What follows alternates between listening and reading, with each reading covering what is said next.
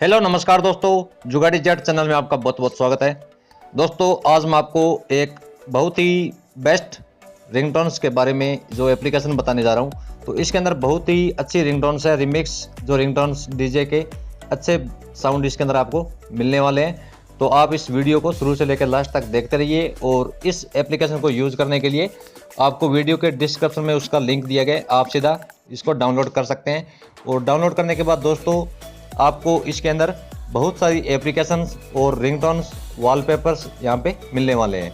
तो जैसे आप इस एप्लीकेशन को ओपन करते हैं, ओपन करते ही आपको इसके अंदर रिंगटोन्स यहाँ पे आपको दिखाई दे देगी और इसमें रिंगटोन्स के साथ साथ आपको मिल जाएंगे वॉलपेपर। और अगर आपको और कुछ भी इसमें देखने को मिलेगा, इसके अंदर आपको जैसे आप यहाँ पे क्लिक करते हैं तो अगर आपको कोई भी रिंगटोन्स और चाहिए तो आप इनमें से कोई भी एप्लीकेशन डाउनलोड भी कर सकते हैं। तो यहाँ पे हम आपको रिंगटोन्स ये चला के नहीं दिखा सकते, ये कॉपीराइट का इशू है इसमें।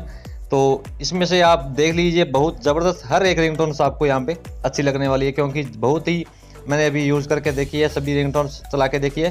तो बहुत ही अच्छी अच्छी रिमिक्स ये रिंगटोन्स है, आप इन्हें यूज़ करिए एक बार।